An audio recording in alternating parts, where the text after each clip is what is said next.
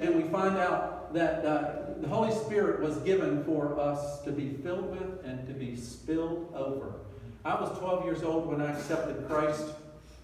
My brother-in-law witnessed to me and shared Jesus. I'd been thinking about wanting to accept Jesus before that time. It was just the timing of God. And so I accepted Jesus and was baptized in water.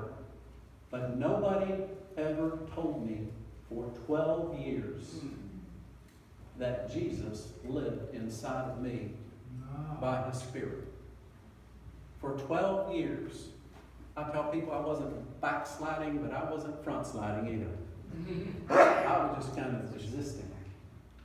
And I didn't realize that the Spirit of God was living inside. Nobody told me that. He was there, and at times I'd try to veer off and do my own thing and roll with the world. There would be something inside of me that was, you really don't want to do that. I was like, yes, I do. Everybody else is doing it. You really don't want to do that. Yes, I do. Now I realize it's the Holy Spirit. And I didn't even know He was there. 12 years later, I had some circumstances take place that I really hit rock bottom. I mean, I was just like in the pit. I was by myself. It's before I met Wanda. I was at school. It was in the summertime. And I just hit rock bottom. And I started crying out for God. And He came. And He met me in a significant way. And one of the ways He did that was He connected me with a couple of friends. One was a neighbor. And my neighbor was really into God. I mean, I was like, wow, this guy's like, wow. And yet, I was so hungry.